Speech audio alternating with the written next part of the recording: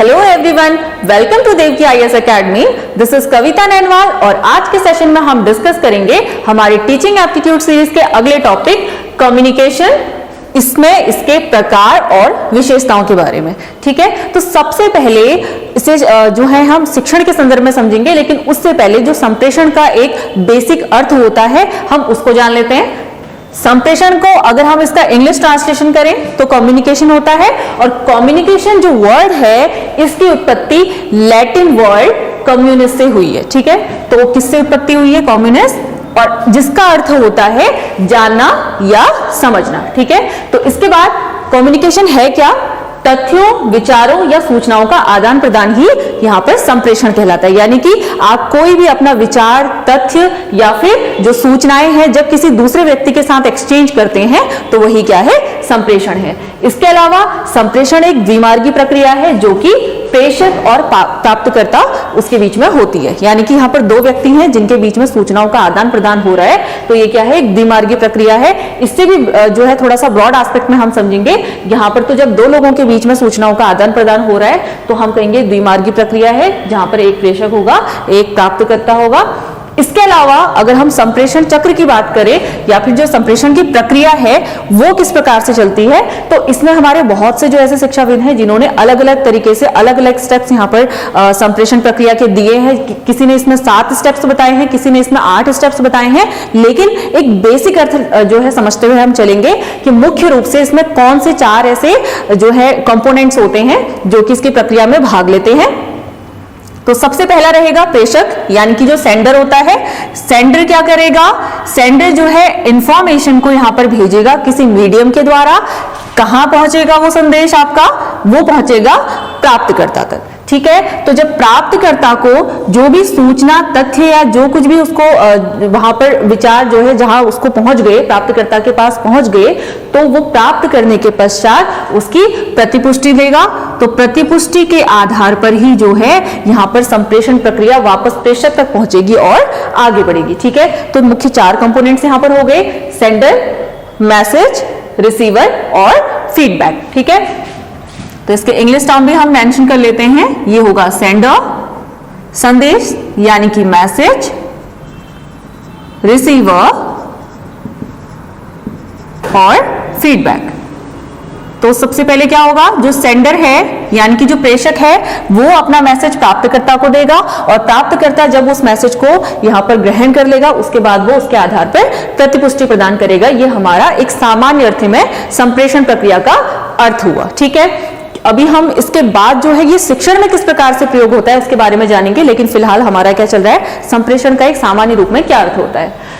संप्रेषण विचार अभिव्यक्ति का माध्यम है, यानी कि अपने थॉट्स को एक्सप्रेस करने का एक तरीका क्या है? संप्रेषण।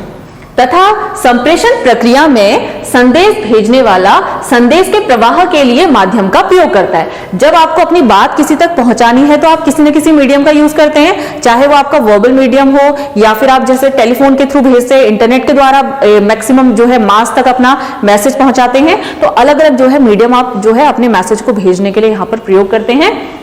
तो जो संप्रेषण प्रक्रिया है इसमें जो संदेश भेजने वाला यानी कि जो प्रेषक होगा या सेंडर होगा, संदेश के प्रवाह के लिए किसी माध्यम का प्रयोग करता है। और यही माध्यम जो है कैसा कैसा हो सकता है? लिखित हो सकता है, जैसे आप पाठ्य पुस्तक के रूप में किसी को सूचनाएं दे सकते हैं, या लेटर फॉर्म में किसी को सूचनाएं दे सकते हैं। मौखिक की बात करें तो डायरेक्ट जो है वर्बल तरीके से आप अपनी सूचनाओं को दे सकते हैं। दृश्य, जैसे मैंने यहाँ पर लिख दिया, अगर मैं यहाँ पर आपको बोलकर नहीं भी बताऊं तो आप लिखे आधार पर यहाँ पर सूचनाओं को ग्रहण कर सकते हैं, तो ये दृश्य माध्यम हो गया। और क्योंकि मैं बोलकर भी आपको ये चीजें समझा रही हूं तो ये क्या हो गया? श्रव्य हो गया। तो आपका जो माध्यम है वो लिखित, मौखिक, दृश्य अथवा श्रव्य। तो आप क्या कर सकते हैं? उसे लिखा हुआ ग्रहण कर सकते हैं, मौखिक रूप में देखकर या सुनकर यहाँ पर इसे ग्रहण कर सकते हैं। संप्रेषण माध्यम का चयन संप्रेषण के उद्देश्य, गति एवं प्राप्तकर्ता की परिस्थितियों के अनुरूप होता है। अब इसका क्या मतलब हुआ? जैसे हम कोई भी सूचना देने के लिए किसी संप्रेषण माध्यम का या किसी मीडियम का जब हम चयन कर रहे हैं तो उसका चुनाव जो होगा संप्रेषण के उद्देश्य के आधार पर होगा। जैसे कि अगर हम बात करें हमें कक्षा में शिक्षण प्रदान करना है तो कक्षा में ज्ञान का अधिगम बच्चों को करवाना हमारा उद्देश्य है, तो उसी के अनुसार हम क्या करेंगे, अपने जो कम्युनिकेशन मीडियम है उसका चयन करेंगे। वहां पर एक टीचर होगा, वो वर्बली जो है अपनी क्लास को समझाएगा, और अगर उसको कुछ अदर चीजें समझानी है, जैसे कोई प्रैक्टिकल कार्य जो है वहां क्लास में करवाने हैं, तो उसके लिए कुछ इंस्ट्रूमेंट्स का वो यूज करेगा। जैसे भाषा अगर सिखाने के लिए आजकल भाषा प्रयोगशालाओं का यहाँ पर प्रयोग किया जाता है, तो इस तरीके से जो कम्युनिकेशन मीडियम्स है वो संप्रेषण के उद्देश्य यानी कि किस जो है एम के साथ आप उस जो है सूचनाओं को प्रदान कर रहे हैं, उसके आधार पर आप जो है संप्रेषण माध्यम का चयन करेंगे।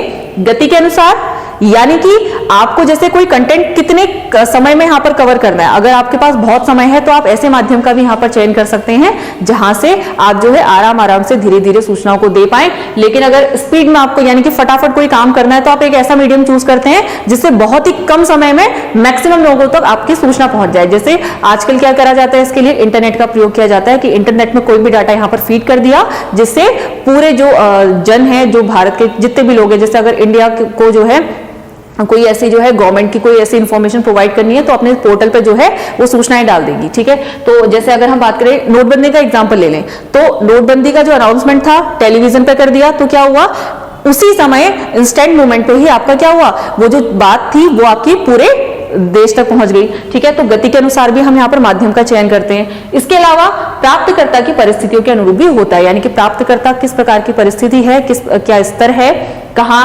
उसको सूचनाएं प्रदान करनी है, जैसे हॉल में देनी है या फिर इंटरनेट के माध्यम से देनी है, तो उसका आधार पर भी यहाँ पर संप्रेषण माध्यम का चयन किया जाता है।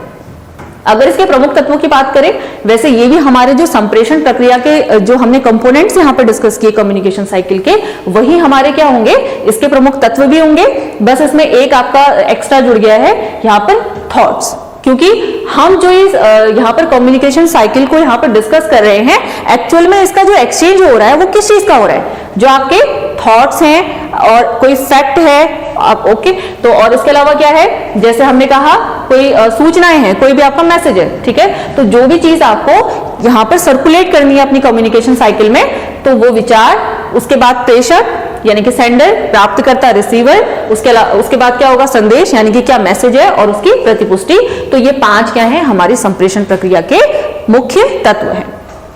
इसके अलावा कम्युनिकेशन साइकिल को एक बार हम और समझ लेते हैं। बार्लो ने जो है ये वाली कम्युनिकेशन साइकिल आपकी दी थी, जिसमें इसके लगभग कितने 7 यहाँ पर जो है टर्म्स उसने बताए थे कि 7 कौन कौन से तत्व जो हैं बार्लो के अनुसार कम्युनिकेशन साइकिल में होते हैं।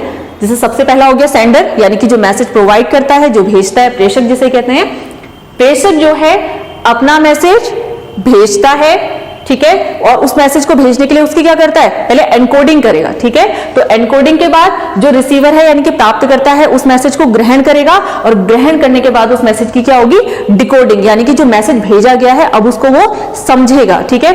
इसके बाद फिर वो जो डिकोड करने के बाद उसको वो मैसेज प्राप्त हो जाएगा, और उस मैसेज के आधार पर वो अपनी प्रतिपुष्टि देगा। जैसे हम सिंपली एक टेलीफोनिक कॉल की बात करें तो उसमें क्या होता है, एक व्यक्ति ने यहां से कॉल किया, ठीक है, अपना मैसेज उसने बोला, और उस इलेक्ट्रॉनिक मीडियम के द्वारा जो है आपके जो भी आपने बोला, ठीक है, जो भी आपकी जो जैसे रेडियो वेव्स होती हैं, साउंड वेव होती हैं, तो वहां पर उसकी क्या हुई, एनकोडिंग हुई। उसके बाद जो एनकोडिंग होने के बाद जो आपकी जो ध्वनि तरंगे हैं, इसको हम सामान्य शब्दों में यूज कर लेते हैं, जो भी आपके एनकोडिंग के बाद जो आपका मैसेज था वो आपका प्राप्तकर्ता यानी कि रिसीवर तक पहुंचा, ठीक है, वो भी किसी ध्वनि तरंगों के रूप में पहुंचा।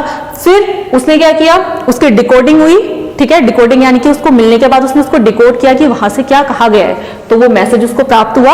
उसके बाद उसने फीडबैक दिया, यानी कि जो उसको समझ में आया था उसके अनुसार उसने क्या किया, फीडबैक दिया, यानी कि अपना यहां से प्रत्युत्तर दिया।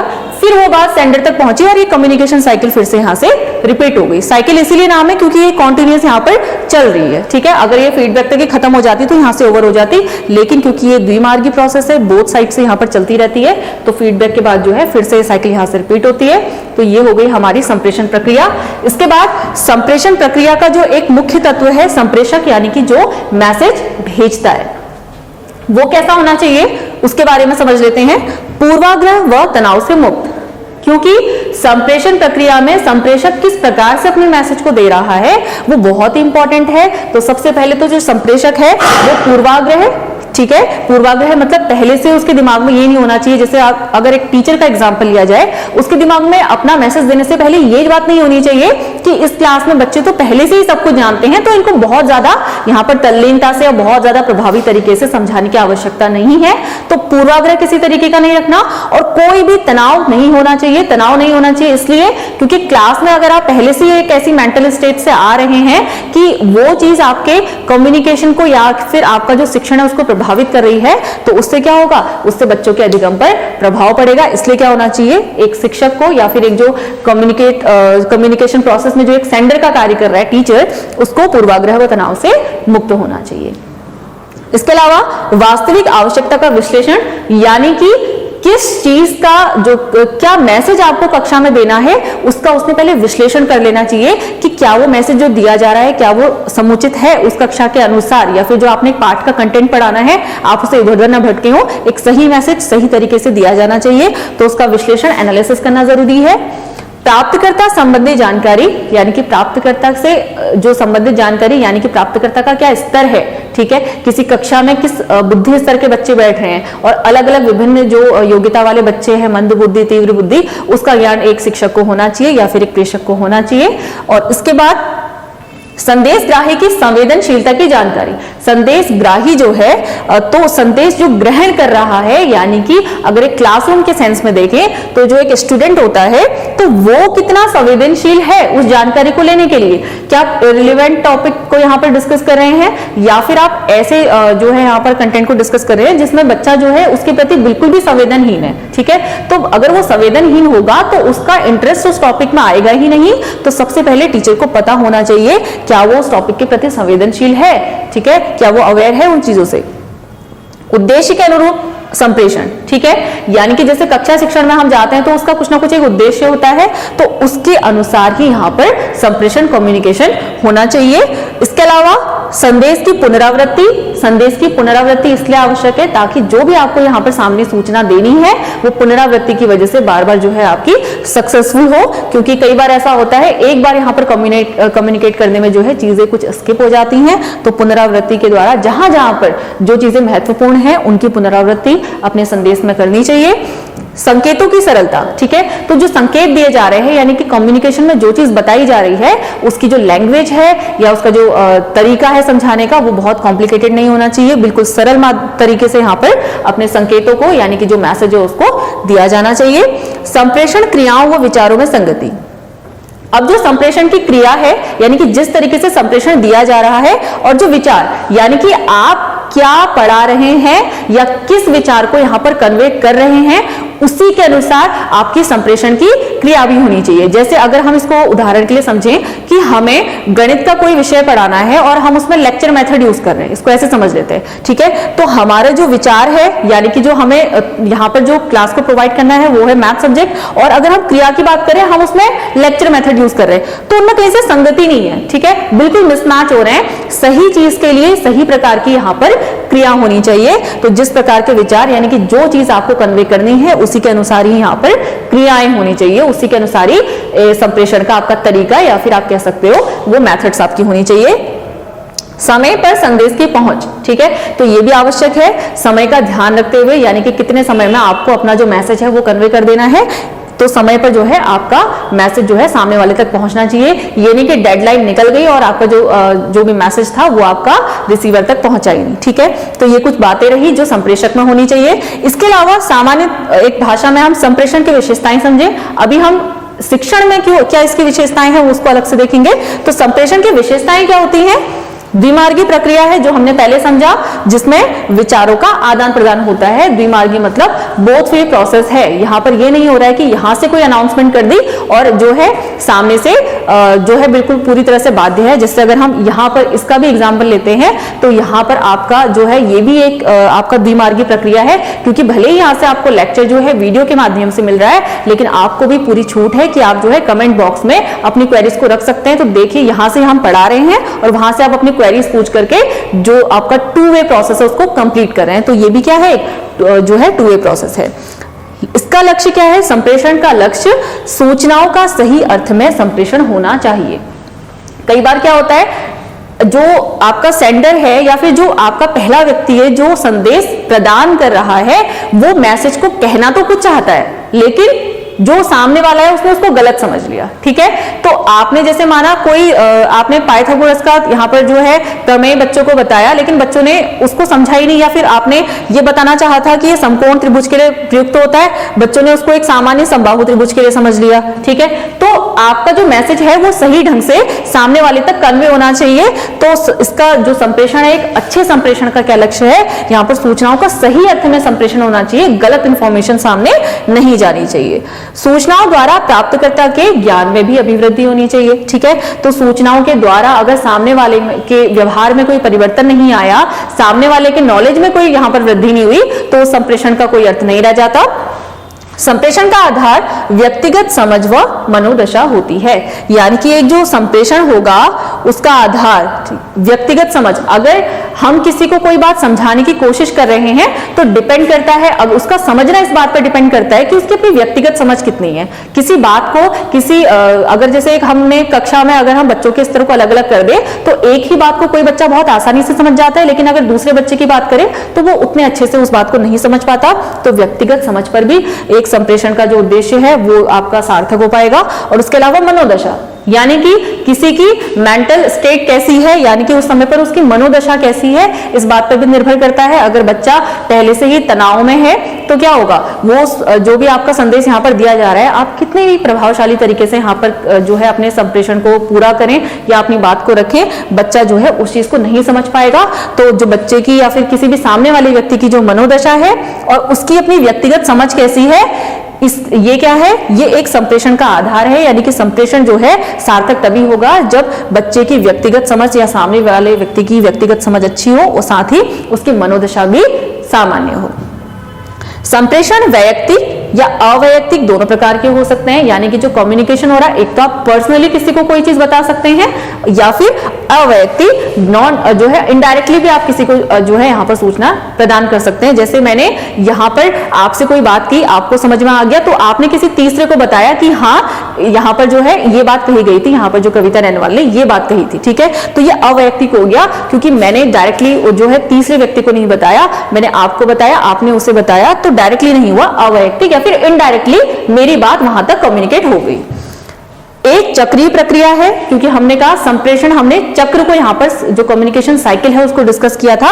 एक चक्रीय प्रक्रिया है जिसमें कहां से शुरुआत होती है, सेंडर से शुरुआत होती है। सेंडर जो है अपना मैसेज यहाँ पर प्राप्तकर्ता को यानी कि रिसीवर को देता है, और रिसीवर अपना फीडबैक देने के बाद वापस कहां तक पहुंचती है प्रोसेस, वापस प्रेषक तक पहुंचती है। तो प्रेषक से शुरू हुई, फिर वहां से जो मैसेज था वो रिसीवर तक गया और रिसीवर ने अपना फीडबैक दिया, और फीडबैक के आधार पर जो है वापस प्रेषक होगा वो उस कम्युनिकेशन साइकिल को फिर से कंटिन्यू करेगा। संप्रेषण में संकेतों का, शब्दों का व चिन्हों का प्रयोग होता है। जैसे कई सारे इसके प्रकार हैं, हम शाब्दिक रूप से चीजों को कह सकते हैं, संकेतों के माध्यम से यानी कि नॉन वर्बल तरीके से बातों को कह सकते हैं, और चिन्हों का यानी कि इंडिकेट करके, जैसे मैंने कोई चीज बतानी है, मैंने समकोण त्रिभुज नहीं कहा, मैंने कहा कि इस त्रिभुज की यहाँ पर बात की जा रही है, तो आप समझ जाएंगे कि यहाँ पर जैसे डायग्राम के फॉर्म में मैंने यहाँ पर ऐसे बना दिया, आप समझ गए कि यहाँ पर समकोण त्रिभुज की बात हो रही है। ठीक है, तो चिन्हों के माध्यम से यहाँ पर हम जो है बातों को अपनी यहाँ पर संप्रेषण कर सकते हैं। और संप्रेषण के प्रकारों की बात करें तो कुछ प्रकार यहाँ पर मेंशन किए गए हैं, जिससे सबसे पहला है मौखिक संप्रेषण।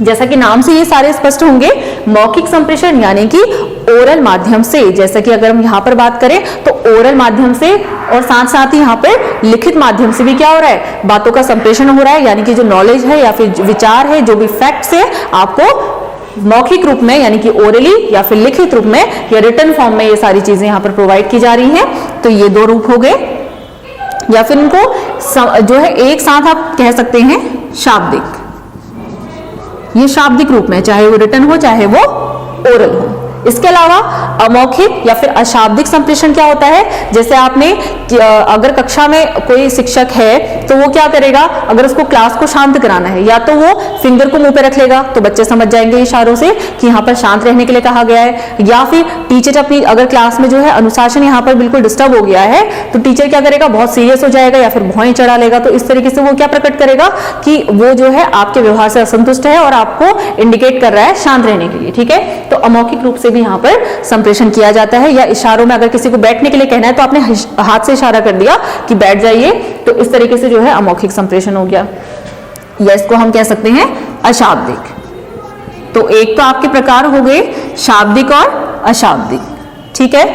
इसके अलावा औपचारिक संप्रेषण या फिर अनौपचारिक संप्रेषण, नाम से स्पष्ट है। औपचारिक क्या होगा, जैसे कोई भी अगर आप अपने कलीग से बात कर रहे हैं, आपका फ्रेंड जैसा है, तो वहां पर तो आप अनौपचारिक रूप से बातें करेंगे, ठीक है। लेकिन अगर आप औपचारिक संप्रेषण की बात करें, जैसे आप किसी ऑफिस में हैं, आपको अपने बॉस तक जो है अपनी कोई बात रखनी है, तो आप क्या करेंगे, महोदय या फिर सर, इस तरीके के वर्ड का यूज करेंगे और अपनी बातों को भी बहुत ही जो उचित शब्द होते हैं उनके साथ यहाँ पर रखेंगे। तो वहां पर जो कम्युनिकेशन होता है वो कैसा रहता है, बिल्कुल फॉर्मल होता है, या फॉर्मल कम्युनिकेशन जिसे हम कहेंगे औपचारिक रूप से संप्रेषण। और अनौपचारिक की बात करें, जैसे आप अपने मित्रों के साथ, भाई बहनों के साथ करते हैं, वो क्या होता है, अनौपचारिक संप्रेषण, जहां पर जो है बहुत ज्यादा नियम नहीं होते, और औपचारिक संप्रेषण में कुछ नियमों का ध्यान रखना होता है कि कैसे संबोधित करना है, किस प्रकार की भाषा का प्रयोग करना है आदि।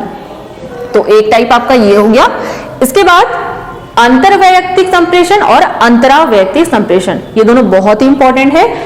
अंतरवैयक्तिक यानी कि जो आपका इंटरपर्सनल यानी कि दो व्यक्तियों के बीच में जो संप्रेषण होगा वो होगा अंतरवैयक्तिक। जैसे कि मैं और यहाँ पर आप जो समझ रहे हैं, हमारे बीच में जो है यहाँ पर इंटरपर्सनल या फिर अंतरवैयक्तिक संप्रेषण हो रहा है। और अगर अंतरावैयक्तिक संप्रेषण को समझे, इनके अगर जो शब्द हैं, इनका जो स्पेलिंग है, इनमें देखें तो बहुत ही माइन्यूट सा डिफरेंस दिख रहा है, लेकिन अर्थ में बहुत ज्यादा अंतर है। जब हम अंतरावैयक्तिक की बात करते हैं या इंट्रापर्सनल कम्युनिकेशन की बात करते हैं, तो कई बार ऐसा होता है, आप जब अकेले होते हैं या विचारों में होते हैं, तो कई बार आप स्वयं से बातें करते हैं, ठीक है। तो अपने आप से बातें करना, या एक व्यक्ति जो है अपने ही अंदर जब चीजों को यहाँ पर तुलना करता है, अपनी ही स्वयं से यहाँ पर बातें की जाती हैं, वहां पर कौन सा संप्रेषण होता है, अंतरावैयक्तिक। जैसे हमने क्या कहा, अगर हमने लेक्चरर का यहाँ पर स्क्रीनिंग का एग्जाम आ गया है, आप डिसाइड कर रहे हैं, खुद से बातें कर रहे हैं कि मैं तो इस बार क्या करूंगा, मैं तो इस एग्जाम को यहाँ पर क्रैक करके ही रहूंगा या करके ही रहूंगी, ठीक है।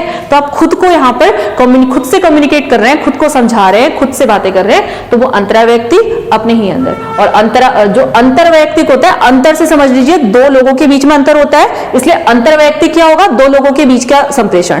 और अंतरावैयक्तिक जो होगा वो अपने स्वयं से यहाँ पर कम्युनिकेशन करना, इस अंतरावैयक्तिक संप्रेषण या फिर इंट्रापर्सनल कम्युनिकेशन।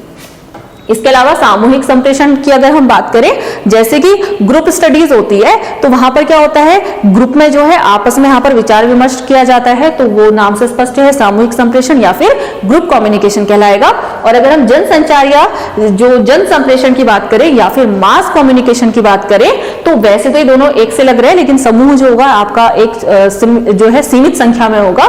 लेकिन जनसंचार या जन संप्रेषण कैसा होगा, जब आप बहुत बड़े एक मास को कवर करते हैं। जैसे YouTube की अगर हम बात करें, इस लेक्चर वीडियो की बात करें, तो यहाँ पर क्या किया जा रहा है, जितने अधिक से अधिक लोग हैं यहाँ पर इसको देख सकते हैं। जैसे कि अगर आपकी बात करें या फिर कोई विदेश में भी बैठा कोई इंसान है, तो वो भी इसको यहाँ से देख सकता है। तो यहाँ पर क्या होगा, यहाँ पर हमने मास कम्युनिकेशन का इस्तेमाल किया। तो ये सारे क्या हो गए, हमारे संप्रेषण के प्रकार हो गए। तो ये हमने संप्रेषण के बारे में ब्रीफ में जाना। अब हम समझेंगे शिक्षण में संप्रेषण क्या है, या कम्युनिकेशन जो है, कम्युनिकेशन स्किल्स कैसे यूज की जाती हैं ये कक्ष में एक शिक्षक के द्वारा, उसके बारे में देख लेते हैं। तो अगर हम शिक्षा में संप्रेषण की आवश्यकता की बात करें, तो सबसे पहले हमें एक टर्म समझना है, संप्रेषण कौशल, ठीक है। यानी कि किस प्रकार से एक बेहतर कक्षा में संप्रेषण किया जाए, उसमें दक्षता लाना ही क्या कहलाता है, संप्रेषण कौशल कहलाता है। और इस संप्रेषण कौशल का प्रयोग जो है एक प्रभावी शिक्षण हेतु किया जाता है। यानी कि क्लासरूम को, वहां पर जो टीचिंग है उसको इफेक्टिव बनाने के लिए हम किसका प्रयोग करते हैं, कम्युनिकेशन स्किल या फिर संप्रेषण कौशल का। संप्रेषण कौशल द्वारा शिक्षण को प्रभावी बनाया जाता है, अभी हमने डिस्कस किया। और अगर हम संप्रेषण कौशल की बात करें, क्योंकि ये एक द्विमार्गी प्रक्रिया है, इसमें एक होता है प्रेषक, एक होता है प्राप्तकर्ता। यानी कि एक यहाँ पर प्रेषण कर रहा है किस चीज का, अपने मैसेज का, तो वो क्या हो गया, आपका बोलने वाला व्यक्ति। और अगर हम बात करें प्राप्तकर्ता की, क्योंकि वो संदेश को ग्रहण कर रहा है, तो वो क्या हो गया, सुनने वाला व्यक्ति। यहाँ पर हमें जो डिस्कस कर रहे हैं, हम यहाँ पर कौन सा जो है कम्युनिकेशन डिस्कस कर रहे हैं, शाब्दिक। क्यों, क्योंकि ये कक्षा में बिना शाब्दिक संप्रेषण के शिक्षण कार्य संभव ही नहीं है। बिना बोले क्लासरूम कैसे चलेगी, ठीक है। तो इसलिए यहाँ पर सुनने का कौशल और बोलने का कौशल, दो यहाँ पर संप्रेषण कौशल के भाग हैं। तो सुनने का कौशल क्या है, पहले इसको समझ लेते हैं। एल एल आर, इनके क्या मतलब है? सबसे पहले S मीन्स स्टॉप, यानी कि रुकना, रुकिए, और अलर्ट हो जाना, तो बच्चों को यहां पर अवेयर करना, अलर्ट करना, आपका ये हो गया। उसके बाद L फॉर लुक, ठीक है, लुक यानी कि एक बार बच्चे को अवेयर करके अब बच्चे जो है देखेंगे किसे, जो भी आप कंटेंट पढ़ाने जा रहे हैं या फिर अपना कक्षा में ध्यान केंद्रित करेंगे। देन अगले एल का मतलब है यहां पर लिसन, यानी कि जो भी मैसेज उनको दिया जा रहा है उसे सुनेंगे। और उसके बाद रेस्पॉन्स, ठीक है, रेस्पॉन्स यानी कि जैसे कि हमने कम्युनिकेशन साइकिल में भी डिस्कस किया था, जो अंत में हमारा जो लास्ट स्टेप था, एक्चुअली वो लास्ट नहीं था, हमारे उन 5 क्रमों में सबसे पीछे था, इसलिए हम उसको लास्ट कह रहे हैं, रेस्पॉन्स, यानी कि उसके बाद बच्चे रेस्पॉन्स करेंगे, अपना फीडबैक देंगे। तो stop, look, listen and response, यानी कि रुकिए, अलर्ट करना, देखें, सुने और उसके बाद प्रतिक्रिया दें। तो ये क्या हो गया? ये सुनने का कौशल या फिर एक अच्छे जो श्रोता होंगे उनमें क्या क्या चीजें होंगी। इसके बाद बोलने के कौशल की बात करें, यहां पर बोलने वाला व्यक्ति कौन है हमारा? एक शिक्षक, ठीक है, तो हम शिक्षक की बात कर रहे हैं, तो शिक्षक में किस तरीके के कौशल होने चाहिए? सबसे पहला शारीरिक भाषा व स्थिति, यानी कि एक बॉडी पोस्चर, बॉडी लैंग्वेज एक टीचर की कैसी होगी वो बहुत इंपॉर्टेंट है। किस प्रकार से जो शिक्षक है वो अपनी बात को रख रहा है, किस प्रकार के हाव भावों का, संकेतों का वो प्रयोग कर रहा है, तो वो एक बात। इसके बाद नेत्र संपर्क, जो कि बहुत जरूरी है, एक टीचर का जो आई कांटेक्ट है क्लासरूम में जो है बहुत अच्छे तरीके से होना चाहिए। जैसे अगर मैं आपको यहाँ पर पढ़ा रही हूँ, अभी तो यहाँ पर लाइव रूप से आप बच्चे यहाँ पर या आप जो आपके एस्पायरेंट्स हैं लेक्चर स्क्रीनिंग टेस्ट के लिए, वो यहाँ पर सामने नहीं बैठे हैं, लेकिन अगर आप सामने बैठे हो और मैं लगातार यहाँ पर पीट करके पढ़ा रही हूँ, मेरा आपसे कोई आई कांटेक्ट नहीं है, तो कई बार ऐसा क्या होता है, जो संप्रेषण है वो प्रभावी तरीके से आप तक नहीं पहुंच पाता है। अगला स्वर में परिवर्तन, जैसे अभी मैंने कोई बात अगर बहुत ज्यादा इंपॉर्टेंट नहीं है तो धीरे से पढ़ाई, ठीक है, लेकिन जैसे मुझे किसी एक इंपॉर्टेंट पॉइंट पर यहाँ पर फोकस करना है तो वहां पर मुझे अपनी आवाज को थोड़ा सा ऊंचा करना है, यानी कि स्वरों में जो है लगातार उतार चढ़ाव लाना है कंटेंट के अकॉर्डिंग, कि कौन सी विषय वस्तु यहाँ पर इंपॉर्टेंट है उस पर ज्यादा जोर दिया जाए और जहां पर आवश्यकता बहुत ज्यादा नहीं है वहां पर स्वरों को थोड़ा सा नीचा रखा जाए। तो तीसरी चीज। उसके बाद प्रस्तुतिकरण, यानी कि टीचर क्लास में अपने कंटेंट को किस तरीके से प्रेजेंट कर रहा है वो भी एक बहुत इंपॉर्टेंट है यहाँ पर। तो बोलने का कौशल, यानी कि एक शिक्षक के अंदर क्या क्या कौशल होने चाहिए, शारीरिक भाषा व स्थिति, यानी कि बॉडी पोस्चर, बॉडी लैंग्वेज उसकी होनी चाहिए एक अच्छी, और नेत्र संपर्क, यानी कि बच्चों से लगातार आई कांटेक्ट बना के रखना है। स्वर में परिवर्तन, जहां जहां पर महत्वपूर्ण बिंदुओं को वो प्रदर्शित कर रहा है या बता रहा है वहां पर जो है स्वरों में उतार चढ़ाव लाना जरूरी है, और उसके अलावा उसके कक्षा में प्रेजेंट करने का तरीका किस तरीके का है, तो वो क्या है, आपका शिक्षक का एक कौशल हो गया। इसके बाद अगर हम संप्रेषण कौशल के कुछ कंपोनेंट्स की बात करें, हमने इससे पहले संप्रेषण के जो है कंपोनेंट्स डिस्कस किए थे, जो कि हमारे क्या थे, सेंडर, मैसेज, रिसीवर और फीडबैक, यानी कि प्रेषक, संदेश, प्राप्तकर्ता और प्रतिपुष्टि। और अगर हम संप्रेषण कौशल की बात करें या कम्युनिकेशन स्किल की बात करें तो इसमें क्या कंपोनेंट्स होते हैं या क्या इसमें खास चीजें रहेंगी? वर्णन। अब वर्णन से आपका यहाँ पर क्या मतलब है, जैसे हम कोई भी बात को जब कक्षा में एक्सप्रेस कर रहे हैं, माना हम हिंदी की कोई कहानी बता रहे हैं, तो कैसे हम किस हाव भाव के साथ उस कहानी को व्यक्त कर रहे हैं, बच्चों को जो है किस तरीके से उनका ध्यान केंद्रित हम कर पा रहे हैं एक इफेक्टिव वर्णन के द्वारा, वो एक बात रही। व्याख्या, यानी कि जो भी आपका सब्जेक्ट जो आपकी पाठ्य वस्तु है उसमें, जैसे अगर आपकी पाठ्य वस्तु कठिन स्तर की है तो कैसे उसको तोड़ तोड़ के सरल भाषा में समझाना है, किस प्रकार से उचित रूप में उसकी व्याख्या करनी है। इसके बाद विचार विमर्श, क्योंकि एक जो संप्रेषण होता है, जो एक प्रभावी या अच्छा संप्रेषण होगा वो यहाँ पर कैसा होगा, 2 वे होगा, यानी कि जितना इन्वॉल्वमेंट टीचर का है उतना ही इन्वॉल्वमेंट जो टीचर है उसको बच्चों का भी यहाँ पर लेकर आना है। तो विचार विमर्श, यानी कि कोई भी डिस्कशन के बाद जो है स्टूडेंट और टीचर के मध्य या फिर स्टूडेंट का आपस में यहाँ पर विचार विमर्श या फिर डिस्कशन होना जरूरी है। इसके बाद अभिनय। अभिनय का मतलब यहाँ पर क्या है, जैसे हम कोई कहानी बच्चे को बता रहे हैं या कोई फॉर्मूला बता रहे हैं, तो जितना हम अच्छे से एक्ट करके उस चीज को बताएंगे, यानी कि जितना सजीव रूप में हम किसी चीज को बताने की कोशिश करेंगे, जो संप्रेषण होगा उतना ही ज्यादा इफेक्टिव होगा, यानी कि उसके जो परिणति होगी क्या होगा, उसमें जो शिक्षण हमारा निखर करके आएगा वो भी जो होगा उतना ही बेहतर होगा। इसके अलावा अगर हम टीचिंग प्रोसेस या शिक्षण प्रक्रिया के मुख्य अवयवों की बात करें तो वो 2 चीजें हैं। संप्रेषण के संदर्भ में एक होता है पाठ्यवस्तु, दूसरा होता है संप्रेषण। पाठ्यवस्तु यानी कि जो भी कंटेंट या भी जो भी सूचनाएं ज्ञान हमें कक्षा में देना है वो, और संप्रेषण यहाँ पर जिस तरीके से हम बच्चे को यहाँ पर दे रहे हैं उसकी बात की गई है। और कक्षा में संप्रेषण को हम यहाँ पर दो तरीके से देख सकते हैं, एक है शाब्दिक, दूसरा है अशाब्दिक। अब शाब्दिक कैसे होगा? जो भी क्लास में बोल करके लेक्चर के थ्रू बताया जा रहा है या टीचर किसी चीज को एक्सप्लेन जिस तरीके से करके बता रहा है वो तरीका हो गया शाब्दिक। इसके अंदर भी दो चीजें हो गई, एक तो बोलकर बताना, दूसरा जैसे श्यामपट है या फिर आपका बुलेटिन बोर्ड है, स्मार्ट बोर्ड्स हैं, तो वहां पर अपनी चीजों को मेंशन करके भी टीचर बता सकता है। और अशाब्दिक को तो हमने पहले ही समझा, अशाब्दिक मतलब जैसे आपको कोई भी बात किसी भी उत्तर को हाँ या ना में कहना है, या फिर कोई इशारा करना है कक्षा को अनुशासित रहने के लिए, चुप कराने के लिए, या किसी भी चीज के लिए, या फिर किसी को रिइंफोर्समेंट यानी कि पुनर्बलन देने के लिए भी अगर हमें अशाब्दिक यहाँ पर संकेतों का प्रयोग करना है तो वो एक बार वो भी क्या हो गया हमारा संप्रेषण। तो शिक्षण प्रक्रिया के दो मुख्य अवयव हो गए, पाठ्यवस्तु यानी कि जो भी सूचना या ज्ञान प्रदान करना है, दूसरा संप्रेषण जो कि ओरल, रिटन या फिर नॉन वर्बल हो सकता है। अब शिक्षण प्रक्रिया या फिर शिक्षण अधिगम प्रक्रिया में संप्रेषण के प्रमुख तत्व कौन कौन से होते हैं ये भी देख लेते हैं। जैसे इससे पहले हमने देखा शिक्षण जो चक्र था, कम्युनिकेशन साइकिल थी, उसके तत्व देखे थे। अब शिक्षण अधिगम प्रक्रिया यानी कि शिक्षण के संदर्भ में कौन कौन से तत्व होंगे वो देखें। तो पहला है स्रोत यानी कि शिक्षक, क्योंकि शिक्षक ही क्या कर रहा है, यहाँ पर मैसेज देने का कार्य कर रहा है। किसके थ्रू यहाँ पर ज्ञान मिल रहा है? टीचर्स के थ्रू या टीचर के द्वारा हमें ज्ञान प्राप्त हो रहा है। तो स्रोत क्या हो गया? शिक्षक। संदेश की हम बात करें, संदेश यानी कि कक्षा शिक्षण में क्या होता है, जो इन्फॉर्मेशन या जो नॉलेज हम प्रोवाइड करते हैं वही क्या है आपका मैसेज। और रिसीवर की बात करें उससे पहले माध्यम, ठीक है, माध्यम यानी कि किसके द्वारा जो है शिक्षण प्रोवाइड किया जा रहा है। एक तो हो सकता है मौखिक जो बोलकर दिया जाता है, दूसरा है श्रव्य जैसे कि जो कि श्रव्य रूप में हो, या तो एक टीचर जो बोल रहा है बच्चे उसको सुन रहे हैं, दूसरा क्या हो सकता है जैसे हमने टेप रिकॉर्डर चला दिया या रेडियो में कोई ऐसा एजुकेशनल प्रोग्राम चल रहा है उसको प्ले कर दिया, तो उसके द्वारा भी जो होगा हमारा यहाँ पर शिक्षण होगा। उसके अलावा दृश्य, चाहे वो कोई बुलेटिन बोर्ड हो, कोई प्रतिमान प्रतिरूप या जो मिनिएचर्स हम कहते हैं वो चार्ट के द्वारा, स्लाइड्स के द्वारा, जो हमने जो सहायक शिक्षण सहायक सामग्रियों को डिस्कस किया था उनमें से किसी भी रूप में जो भी मीडियम हम यहाँ पर यूज कर रहे हैं उनके द्वारा क्या किया जाता है, शिक्षण प्रदान किया जाता है। तो वो क्या हो गया, शिक्षण अधिगम प्रक्रिया का भी यहाँ पर एक तत्व हो गया, उसमें संप्रेषण का एक तत्व हो गया।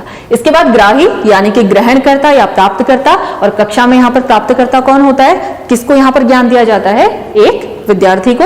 इसके बाद प्रतिपुष्टि यानी कि जो एक इंपॉर्टेंट यहाँ पर स्टेप होता है, प्रतिपुष्टि के बिना हमारा संप्रेषण कंप्लीट नहीं होता, क्योंकि जब तक बच्चा प्रतिपुष्टि या फिर रिस्पॉन्स या फीडबैक नहीं देगा तब तक टीचर की जो कम्युनिकेशन साइकिल है वो कंप्लीट नहीं हो पाएगी। प्रतिपुष्टि का यहाँ से वापस प्रेषक तक जुड़ाव जरूरी है। इससे प्रतिपुष्टि क्या हो गया, इसका एक अंतिम तत्व। और प्रतिपुष्टि का अर्थ अगर कक्षा में देखें तो क्या है, व्यवहार परिवर्तन।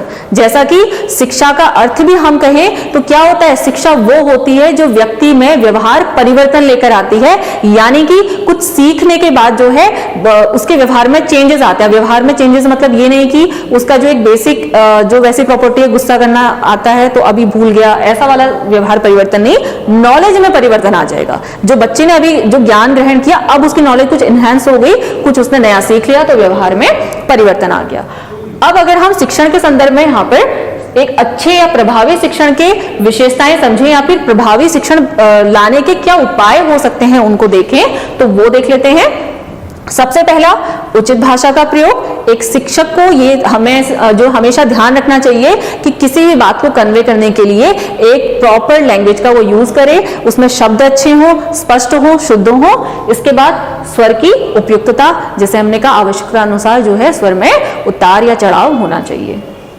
माध्यमों का उचित प्रयोग, किस प्रकार की कक्षा है, कैसे स्तर है, ये नहीं कि छोटी कक्षा है तो हमने यहाँ पर केवल मौखिक मीडियम चूज कर लिया, ठीक है। बच्चों को जो है उदाहरणों की आवश्यकता होती है, केवल मौखिक माध्यम से हम यहाँ पर अपने जो टारगेट है या उद्देश्य है उसको पूरा नहीं कर सकते, तो उचित प्रयोग माध्यमों का होना चाहिए। हाव भाव व शारीरिक भाषा, यानी कि आपका बॉडी लैंग्वेज और कैसे आप जो है हाव भाव यहाँ पर इस्तेमाल कर रहे हैं उनका यहाँ पर प्रभावी संप्रेषण में प्रयोग होगा। संदेश की स्पष्टता, जो भी मैसेज दे रहे हैं वो क्लियर होना चाहिए। ये ना हो कि टीचर को अपने कंटेंट का आइडिया ही नहीं है कि वो जो कंटेंट दिया जा रहा है एग्जैक्टली कैसे देना है। स्पष्ट रूप से बच्चे तक पहुंचना चाहिए, गलत अर्थों में नहीं जाना चाहिए। सौहार्दपूर्ण व्यवहार व मानवीय संबंध। तो एक अध्यापक का कर्तव्य होता है कि छात्र के साथ सौहार्दपूर्ण व्यवहार बनाए रखे और उससे अच्छे मानवीय संबंध हो, क्योंकि अगर बच्चे के मन में पहले से एक फोबिया होगा टीचर को लेके, तो वो उसको सुनने में ना उतना इंटरेस्टेड होगा, ना अच्छे से चीजों को डिस्कस कर पाएगा और इसलिए वो अच्छे से सीख भी नहीं सकता। इसलिए टीचर का एक कर्तव्य बनता है कि बच्चों के साथ जो रिलेशन है वो अच्छे बनाकर रखे। इसके अलावा पूर्व ज्ञान का समुचित प्रयोग, यानी कि जो प्रीवियस नॉलेज है उससे आज की नॉलेज को कनेक्ट करते हुए ही शिक्षण को आगे बढ़ाना है। अभिप्रेरित करना, यानी कि एक इफेक्टिव जो कम्युनिकेशन होगा उसके द्वारा क्लासरूम को अभिप्रेरित करना आगे की लर्निंग के लिए। व्यक्तिगत विविधताओं के अनुकूल, जैसा कि एक टीचर को जो है यहाँ पर इंडिविजुअल डिफरेंसेस की जो है नॉलेज होनी चाहिए, उसको पता होना चाहिए कि बच्चों में अलग अलग विविधताएं होती हैं, हर बच्चा एक ही मेथड से यहाँ पर नहीं सीख सकता, तो हर किसी के अनुसार एक इफेक्टिव कम्युनिकेशन के द्वारा इफेक्टिव मीडियम्स को लेकर जो है टीचर को आना चाहिए, जिससे कि हर एक बच्चा जो है अधिगम कर पाए। भौतिक बाधाओं को दूर करना, जो भी फिजिकल यहाँ पर जो भी ऐसी प्रॉब्लम्स आ रही हैं जिससे जो है शिक्षण जो है प्रभावित हो रहा है, जैसे इंफ्रास्ट्रक्चर ठीक नहीं है या फिर क्लास में जो आपका सिटिंग अरेंजमेंट है वो प्रॉपर नहीं है, तो उन सारे सिस्टम को ठीक करना। शारीरिक बाधाओं को दूर करना, इसके अलावा प्रतिपुष्टि का प्रयोग करना, बार बार फीडबैक को यूज करना। फीडबैक होगा तो जो आपका कम्युनिकेशन है वो और प्रॉपर होगा, क्योंकि जब फीडबैक मिलेगा तो टीचर जान जाएगा कि क्या क्या चीजें उसके समझाने में कम रह गई हैं, तो उसके अनुसार जो है अपने अगले संप्रेषण को या साइकिल जब उसकी रिपीट होती है उसको वो ठीक करेगा। इसके बाद उपयुक्त जो संप्रेषण नीतियां हैं उनका प्रयोग। अब संप्रेषण नीतियां मतलब संप्रेषण यानी कि अपनी बात को कम्युनिकेट करने के लिए, रखने के लिए वो किन मीडियम्स का यूज कर रहा है, किन विधियों का प्रयोग कर रहा है, तो उपयुक्त संप्रेषण नीतियों का प्रयोग होना चाहिए बच्चों को समझाने के लिए। इसके बाद संप्रेषण क्यों जरूरी है या फिर एक इफेक्टिव संप्रेषण हमारे टीचिंग लर्निंग प्रोसेस में क्यों जरूरी है। प्रभावी संप्रेषण द्वारा विद्यार्थी के व्यवहार में वांछित परिवर्तन संभव है। ठीक है, तो एक जो शिक्षण की प्रक्रिया होती है उसका जो अंतरिम लक्ष्य होता है वो क्या होता है कि बच्चे के व्यवहार में परिवर्तन लेकर आना। तो अगर आपका इफेक्टिव कम्युनिकेशन होगा तो उसके द्वारा जो है जो भी हम अपेक्षा कर रहे हैं वो व्यवहार परिवर्तन लाया जा सकता है। शिक्षण उद्देश्यों की प्राप्ति अपेक्षित स्तर तक की जा सकती है, यानी कि अगर अच्छा कम्युनिकेशन हो तो जो भी हम अपेक्षा कर रहे हैं कि इस लेवल तक बच्चे को समझ में आ जाना चाहिए, तो उन लक्ष्यों की प्राप्ति एक इफेक्टिव कम्युनिकेशन या फिर प्रभावी शिक्षण द्वारा प्राप्त की जा सकती है। जो प्रभावी शिक्षण होता है वो इसमें शिक्षक नवीन सूचनाओं, नियमों, सिद्धांतों को सहजता से विद्यार्थियों तक पहुंचा सकता है। यानी कि एक इफेक्टिव अगर कम्युनिकेशन का यूज एक टीचर करेगा तो जो भी वो क्लास को समझाना चाह रहा है वो बहुत ही सरल और सहज तरीके से जो है बच्चों को समझा पाएगा। शिक्षण की गुणवत्ता में वृद्धि होती है और विद्यार्थियों के उपलब्धि स्तर में वृद्धि होती है। यानी कि अगर आप एक अच्छी कम्युनिकेशन का यूज करेंगे, अच्छी पोस्चर है, अच्छा लैंग्वेज है, सही मीडियम्स को यूज करा है, अपनी बात को स्पष्ट रूप से आप कह रहे हैं, तो क्या होगा, आपकी जो टीचिंग है उसकी क्वालिटी इंप्रूव होगी, उसके साथ ही जो लर्निंग है वो भी क्या होगा, यानी कि जो अचीवमेंट होगी, बच्चे जो सीख पाएंगे उसमें भी यहां पर क्या होगा, इंक्रीमेंट यानी कि वृद्धि होगी। विद्यार्थियों को उचित अनुक्रिया करने हेतु प्रेरित करता है। यानी कि अगर आप एक अच्छी कम्युनिकेशन स्किल यूज करते हैं, यानी कि अच्छे तरीके से आप अपनी बात को रख पा रहे हैं, तो बच्चे भी क्या होते हैं, रिस्पॉन्स करने के लिए यहाँ पर प्रेरित होते हैं, मोटिवेट होते हैं। क्योंकि अगर आपने बात को अच्छे से समझा ही नहीं पाया, जैसे कोई क्लासरूम है, आप रेस्पॉन्स कब करते हैं, जब आपको चीजें समझ में आती हैं। जब आप रेस्पॉन्स कब नहीं होता, या तो आपको बिल्कुल ही अच्छे से समझ में आ जाए, जो कि पॉसिबल नहीं है, क्योंकि अगर आप किसी स्तर पर बैठे हुए हैं, आपको वो चीजें पहले से ही आती हैं, तो आपको तो अगली कक्षा में होना चाहिए। तो एक कम्युनिकेशन में जब बच्चे को आप सही तरीके से अपनी बात समझा पा रहे हैं, तभी क्या होगा, बच्चे भी रेस्पॉन्स करेंगे। ठीक है, तो मैंने कहा कि बच्चे रेस्पॉन्स कब नहीं करते, या तो उन्हें सब कुछ आता है, यानी कि आप ऐसी कक्षा में पढ़ा रहे हैं जहां नॉलेज पहले से ही बच्चों को पता है, या फिर बच्चे को कुछ समझ में नहीं आ रहा है, तभी वो रेस्पॉन्स नहीं करते। रेस्पॉन्स तभी करेंगे जब आपने इफेक्टिव तरीके से अपनी बात बच्चों तक पहुंचा दी है, और विद्यार्थियों को भी ये अभिव्यक्ति का उपयुक्त अवसर मिलता है।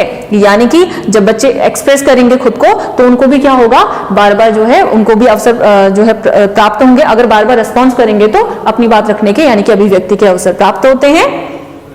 एक प्रभावी संप्रेषण द्वारा छात्र अध्यापक या जो अध्यापक छात्र संबंध है, अनौपचारिक, मधुर व अधिक सौहार्दपूर्ण बनते हैं। यानी कि इफेक्टिव टीचिंग के द्वारा टीचर क्या कर सकता है, एक जो जो चाइल्ड रिलेशनशिप है या जो टीचर स्टूडेंट रिलेशनशिप है उसको क्या कर सकता है, इनफॉर्मल कर सकता है। क्योंकि जहां पर भी फॉर्मल तरीके से टीचिंग होगी, बच्चे टीचर के साथ फॉर्मल बिहेव करेंगे तो एक इफेक्टिव टीचिंग नहीं हो पाएगी।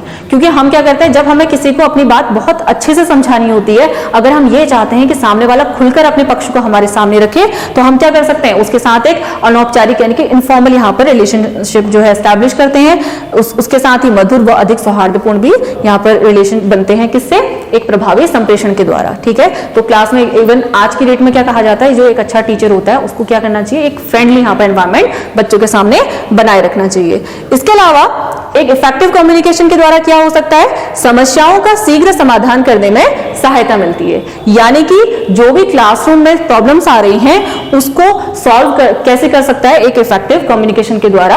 और इसके अलावा जो संप्रेषक है वो अपनी बात बहुत सही तरीके से जो है दूसरे तक पहुंचा पाता है। यानी कि एक इफेक्टिव कम्युनिकेशन कैसा होगा, जिसमें जो टीचर है या जो संप्रेषक है वो अपनी बात को उचित तरीके से दूसरे व्यक्ति तक पहुंचा पाए।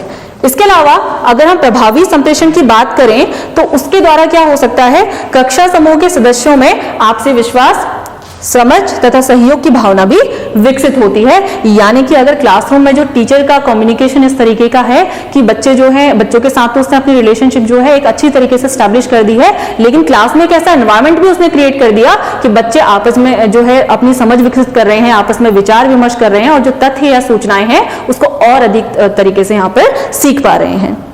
इसके अलावा हम यहाँ पर दो जो शिक्षाविद हैं उनके थॉट्स को भी जान लेते हैं कि संप्रेषण को उन्होंने किस तरीके से डिफाइन किया है।